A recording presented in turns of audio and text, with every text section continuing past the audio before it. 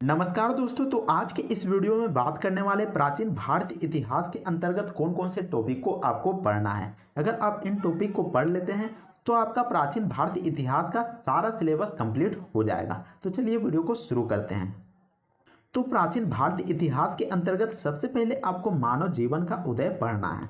तो मानव जीवन के उदय में आपको क्या पढ़ना है, तो इसमें पढ़ना है कि आखिर मानव का विकास कैसे होता है, पहले का मानव कैसा था और अभी का मानव कैसा होता है, उसमें किस प्रकार का बदलाव होता है। आखिर पहले का मानव जो कि इस प्रकार का होता है और धीरे धीरे उसमें बदलाव होता है और ऐसा मानव बन जाता है। इसमें आपको पढ़ना है कि पहले का मानव क्या खाते थे, कैसे उसका जीवन यापन होता था, कैसे उसने धीरे धीरे अपने में बदलाव किए। उन्होंने खाना पकाना सीख लिया, शिकार करना सीख लिया, इसके अलावा वस्त्र बुनना सीख लिया है, इसके अलावा धातुओं का भी खोज हुआ। तो आपको मानव जीवन के उदय के अंतर्गत इन टॉपिक को आपको पढ़ना है। साथ ही साथ मानव का विकास होते गया और मानव का भी नाम उसमें चेंज होता गया, यानी कि कह सकते हैं कि मानव का जब प्रजाति होती है उसका भी नाम में यहाँ पर बदलाव आते गया। तो मानव जीवन के उदय के अंतर्गत आपको मानव का विकास कैसे हुआ ये आपको पढ़ना है। नीचे में देखते हैं प्रागैतिहासिक काल, जिसको कि पाषाण काल कहते हैं। और आपको बता दूं कि प्रागैतिहासिक काल को विभिन्न भागों में बांटा गया है। और प्रागैतिहासिक काल में आपको पढ़ना है कि आखिर किस तरीके से मानव का विकास होता है, लेकिन उसमें लिखित साक्ष्य नहीं मिलता है। तो प्रागैतिहासिक काल को भी विभिन्न भागों में बांटा गया है। तो प्रागैतिहासिक काल हो गया, जैसे कि आधे ऐतिहासिक काल हो गया, फिर ऐतिहासिक काल हो गया। तो यहाँ पर विभिन्न भागों में बांटा गया है। तो आपको यहाँ पर पढ़ना है पाषाण काल में, जैसे कि पढ़ना है नवपाषाण काल हो गया, पूरा पाषाण काल हो गया, मध्य पाषाण काल हो गया। तो विभिन्न इतिहासकारों के द्वारा पाषाण काल को भी विभिन्न भागों में बांटा गया है। तो आपको यहाँ पर ध्यान में रखना है और इन टॉपिक को पढ़ना है। उसके बाद आपको पढ़ना है सभ्यता का विकास। और आपको बता दूं कि सभ्यता का विकास में जो मानव होता है उसका काफ़ी ज़्यादा विकास हो जाता है और उसमें अपने घर मकान को बनाना शुरू कर देता है। साथ ही साथ मानव का काफ़ी ज़्यादा विकास माना जाता है सभ्यता का विकास में। और इसमें उन्होंने वस्त्र बुनना सीख लेता है, इसके अलावा धातु का भी ज्ञान हो जाता है, खाना पकाने का भी ज्ञान हो जाता है। और यहाँ पर देखते हैं सिंधु घाटी सभ्यता का विकास होता है, जो कि हड़प्पा सभ्यता के नाम से जाना जाता है और इसको नगरी सभ्यता के नाम से भी जाना जाता है। तो इसमें मनुष्य का सबसे अधिक विकास होता है। उसके बाद देख सकते हैं कि सिंधु घाटी सभ्यता के बाद वैदिक सभ्यता आता है। और वैदिक सभ्यता को मुख्यतः दो भागों में बांटा जाता है। पहला पूर्व वैदिक सभ्यता, जिसको ऋग वैदिक सभ्यता के नाम से भी जाना जाता है, या फिर पूर्व वैदिक काल के नाम से जाना जाता है, या फिर ऋग वैदिक काल के नाम से जाना जाता है। तो यह वैदिक सभ्यता का पहला प्रकार हुआ। और दूसरा भाग हो गया उत्तर वैदिक काल। उत्तर वैदिक काल को यहाँ पर वैदिक सभ्यता का दूसरा भाग कहा जाता है। और आपको बता दूं कि इसी के अंतर्गत आपको वेद को पढ़ना है, जैसे कि ऋग्वेद, सामवेद, यजुर्वेद, अर्थवेद।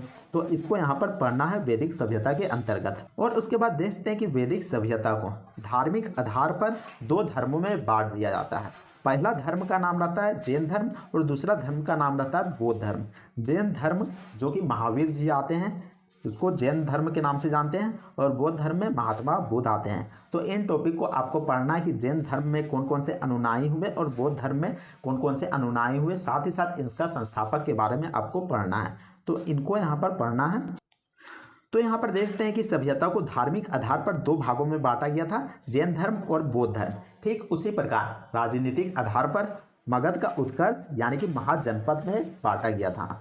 और उस समय कुल कितने महाजनपद थे, तो उस समय कुल 16 महाजनपद थे। तो आपको महाजनपद के टॉपिक को भी पढ़ना है।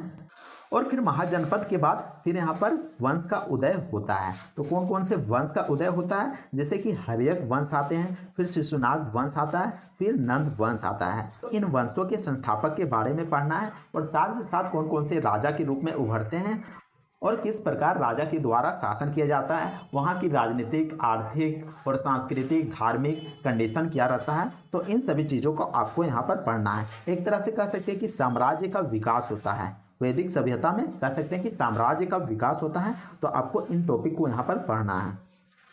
तो देखते हैं कि नंद वंश का यहाँ पर पतन होता है और नंद वंश का आखिरी राजा रहता है धनानंद। तो धनानंद को हरा दिया जाता है और फिर मौर्य वंश की स्थापना किया जाता है। और मौर्य वंश की स्थापना चंद्रगुप्त मौर्य के द्वारा किया जाता है। और उसके बाद आता है फिर मौर्योत्तर काल।